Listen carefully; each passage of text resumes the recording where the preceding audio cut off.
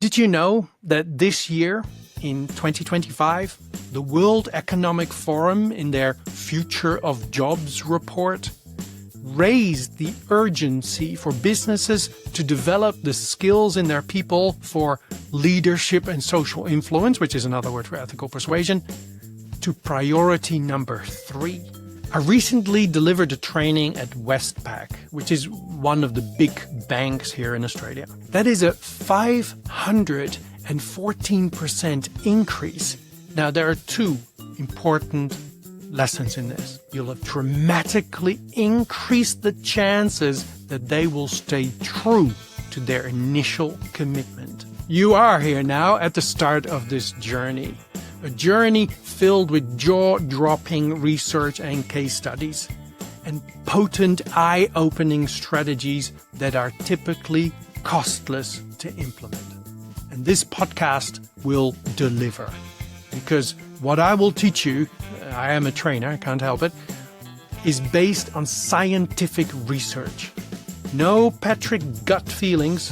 What you hear from me is backed by science. Welcome. I'm Dr. Robert Cialdini, and this is the Ethical Persuasion Unlocked podcast. Here, you'll find lessons from the science of persuasion and business growth strategies to unlock the success that has always been yours. Your host is Patrick Vanderbert, a first mover and licensed trainer of the Cialdini Institute, joined by valuable guests whose advice you won't want to miss. Welcome to Ethical Persuasion Unlocked. Episode number 1. I'm excited because I think it is painful to watch companies, business leaders, and professionals waste so much time and resources on inefficient communication and business practices. I see the world through the lens of ethical persuasion or social influence, and I see so many seasoned professionals make avoidable mistakes that is costing them every single day. Let me start by sharing some research that will blow you away. I will give you your first nugget of persuasion gold, and it'll hit home why you need to make this podcast a priority and share it with those you care about. We'll dive into all the principles of persuasion in time and revisit them with many different strategies and nuances, and this next example is connected to one of those principles. And it teaches you an important lesson and strategy, no matter what industry you're in. In fact, please remember, any research or examples I share with you on this channel might not be directly set in your industry or the situation you're facing. That's okay. The setting is not important. What I'm meaning to say is that it is not about the setting. It's all about how people react to the principles, and that is the same no matter where you are. You just need to translate or apply it to your persuasion challenges, regardless of the industry, or if those challenges are set in sales or leadership, customer service, HR, PR, marketing, advertising, or negotiations with your children or your spouse, because this also works privately. Okay, here we go. My first research-based lesson for you. Research was done at the University of North Carolina, where certain students were on probation. If they didn't raise their academic scores by a full letter by the next semester, they would be expelled from the university. I think we can all agree that would have a dramatic impact on the trajectory of their lives. And so all involved were as motivated as they could be to not let this happen. The researchers divided the students into 3 groups that would be exposed to different experimental conditions. One group was not asked to set any study goals. Another group was asked to set study goals, but to keep these goals private. The last group was asked to set study goals and to write them down, sign their name, and make copies to share with everyone in the class. It should be pointed out that other than that, they were treated the same and were afforded the same assistance and resources from staff to help them during this time. The question is, how did these groups perform? Did they improve their grades enough to stay in school? The first group, who didn't set any study goals, didn't do very well.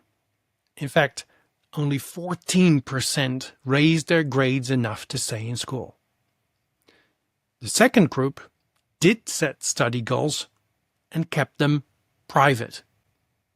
What do you think? Did they do any better? You'd like to think so, right? I mean, it sounds like good advice to encourage someone to set study goals. Well, they didn't do any better. Also, 14% of them raised their grades enough to stay. What happened to the last group then? The group that was asked to write down their study goals, sign their name, and make photocopies for everyone in the class. From this group, 86% raised their grades enough to stay in school. You heard that correctly.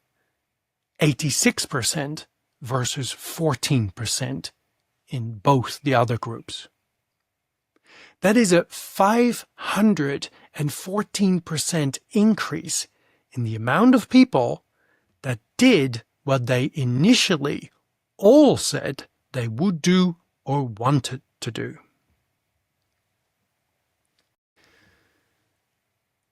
Fascinating, don't you agree? The fact that their commitments were made public dramatically increased their compliance. Now, there are two important lessons in this. Firstly, what does this mean to you? How could you use this to your ethical advantage? Have you ever come to an agreement with a person and then later they change their minds? Imagine if you had just gotten initial agreement or commitment from someone in another organization.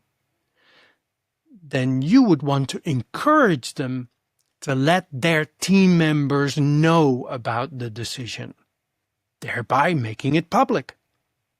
You could also let them know that you will inform all your team members about their commitment and how excited they will be to hear this news. Just like with the publicized study goals, you'll have dramatically increased the chances that they will stay true to their initial commitment. You'll have less deals or agreements falling through. Now, what is the second important lesson here?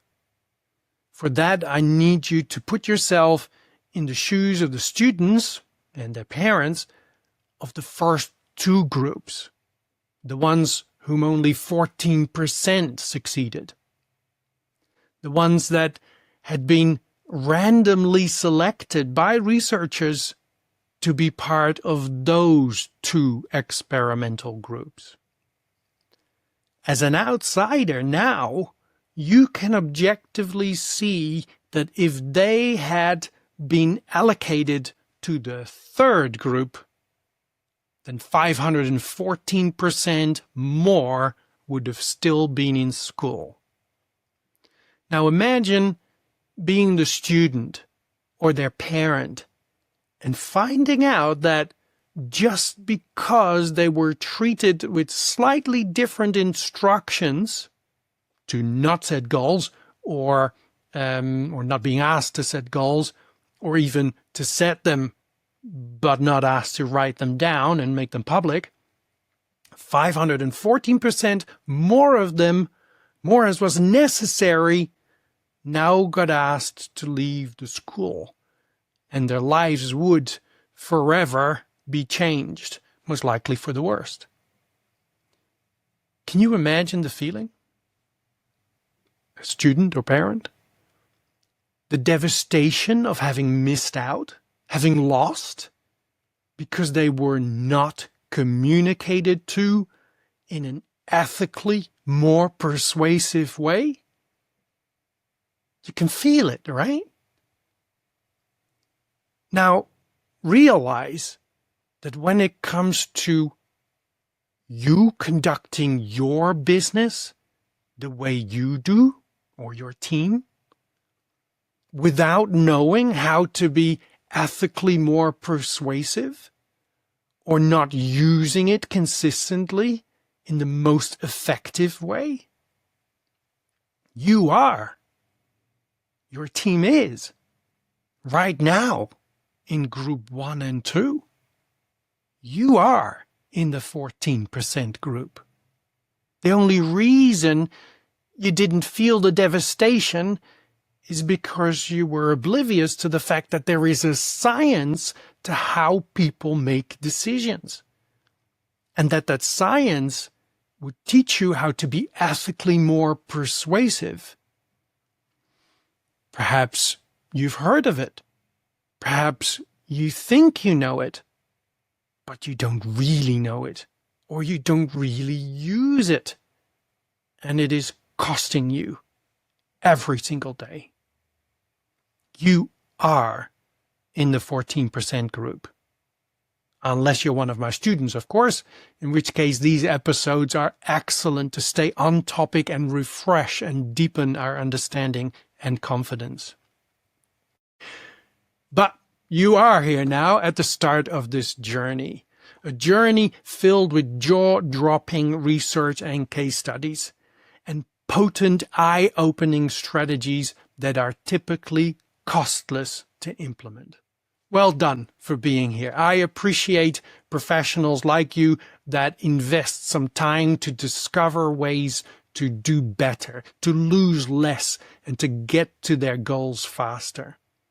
And if you're like me, if you want to get ahead, but you don't want to lie or cheat your way forward either, then you and I are the same. And this podcast will deliver. Because what I will teach you, I am a trainer, I can't help it, is based on scientific research. No Patrick gut feelings. What you hear from me is backed by science. And I love the science because human behavior is very entertaining, eye-opening, funny, sometimes terrifying, but always fascinating. As I've illustrated with the research story before, not using nearly 100 years worth of scientific research in your communication efforts results in a similar outcome as if an architect was to design a skyscraper without knowing the science. Except that when you fail to use the science, you likely have no idea how much success, profit, progress, or competitive advantage that you could have had is slipping through your fingers.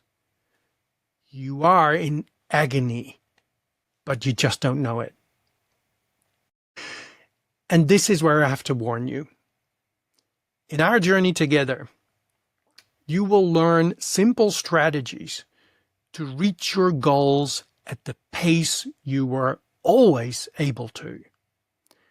And you wouldn't believe that some of this simple stuff can have such an impact if it wasn't for the fact that I'll typically demonstrate its validity with research and case studies. You'll think to yourself, is it this simple? And then you'll realize how much you've wasted not knowing this at the start of your career or business venture, which is why I'm such an advocate for young adults being introduced to this important life-defining soft skill in school and university instead of halfway in their lives.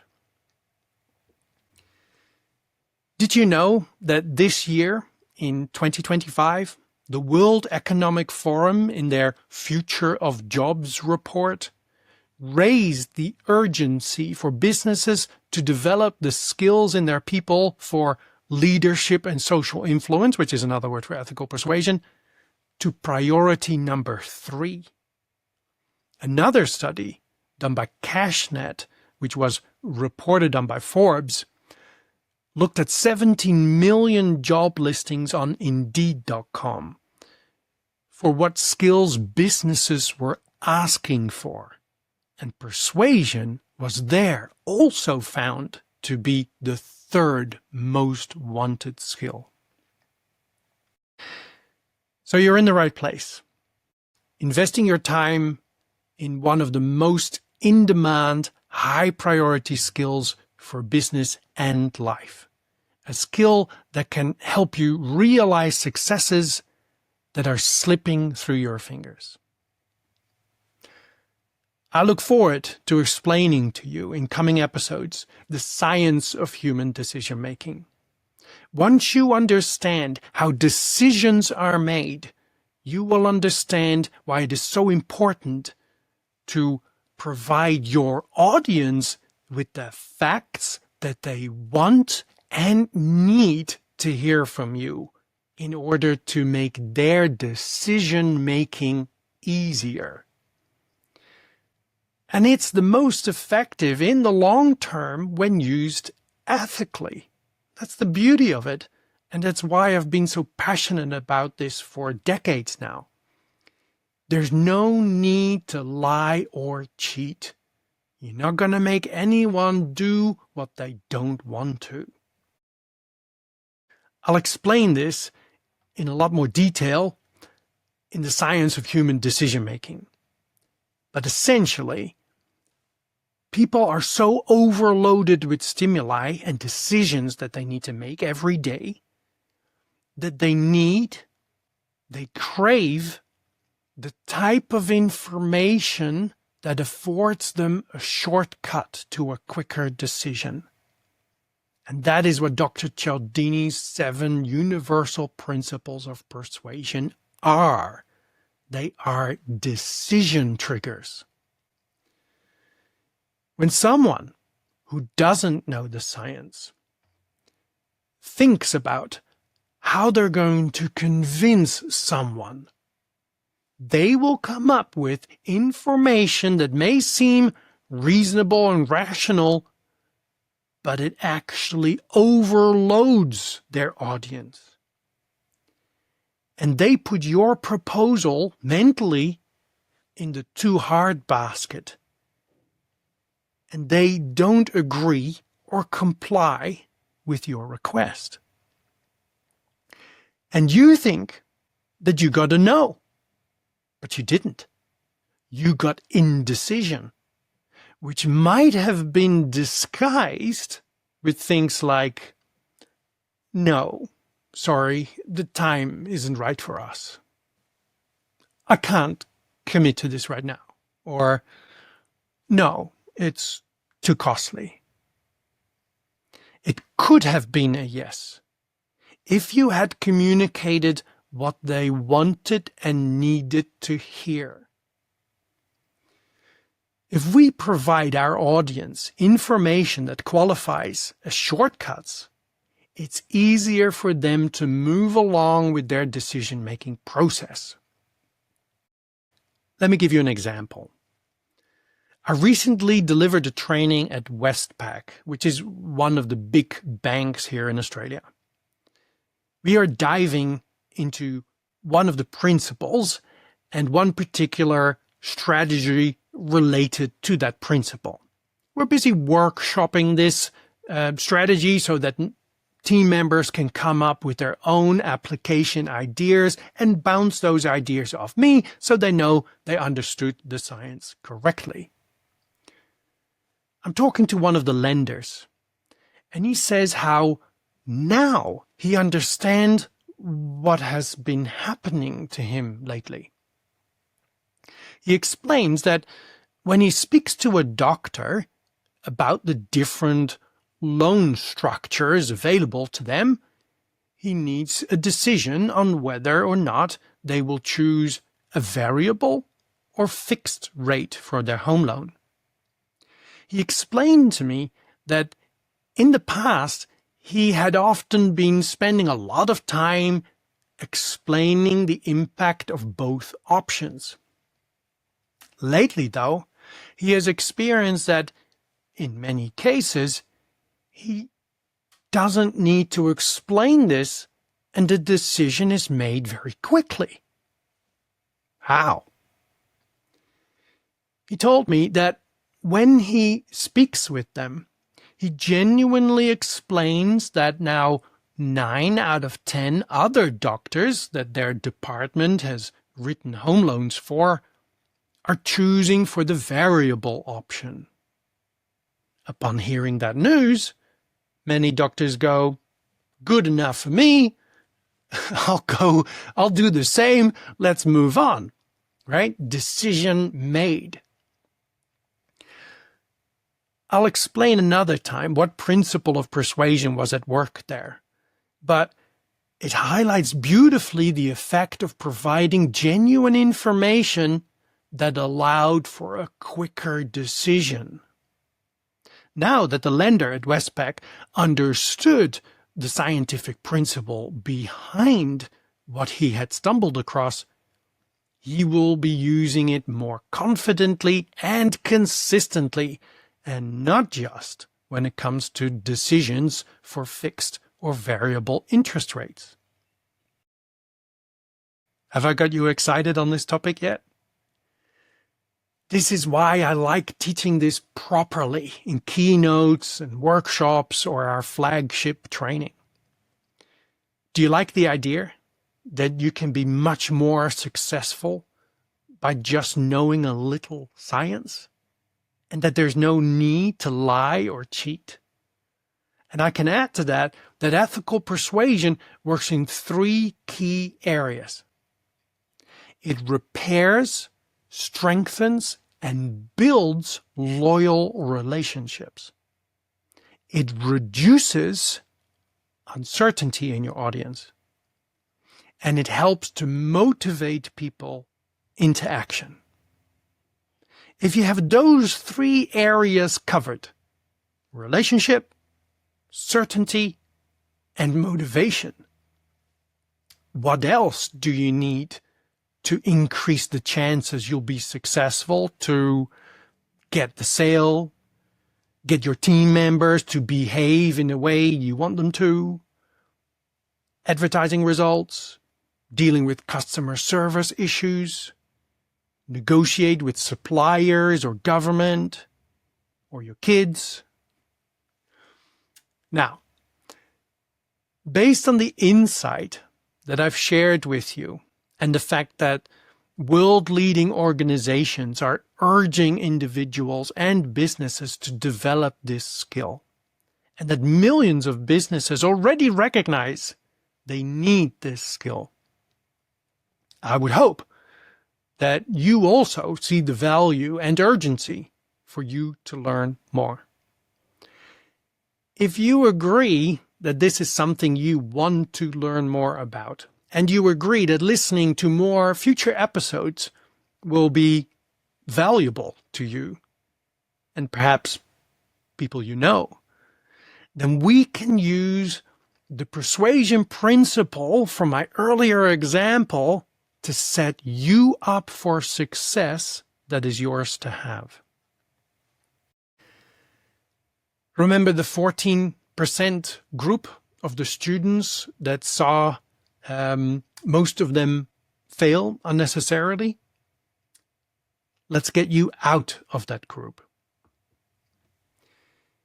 If you have made the decision that what you learned here is of value to you, and you are making the decision that you will or should listen to more of this in the future, then I challenge you to do this.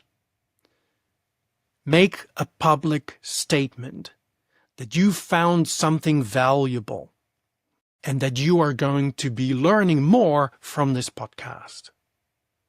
Put a post on social media, or call or send a note to your friends or colleagues and tell them, I found this podcast on the science of ethical persuasion, It was eye-opening, and I'm following it, and I'll be listening to upcoming episodes. I think you should listen to the first episode too. And share them the link to this episode or the show. Now you might think, yeah, clever way to get more exposure. Well, that's true. But really, shouldn't your friends and colleagues be introduced to this? Won't they be missing out the longer they stay in the group that doesn't know or use the science available to them? You'll be doing them a favor, which is the principle of reciprocity, but we'll talk about that another time.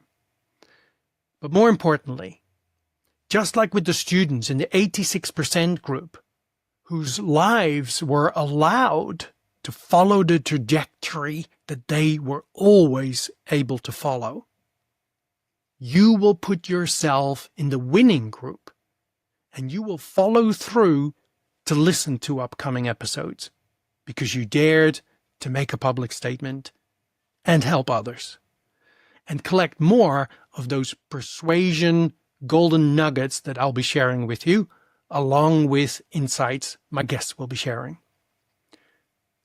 I'm excited you're here. If you've enjoyed this episode, leave us a review with some details about why you valued what you've learned.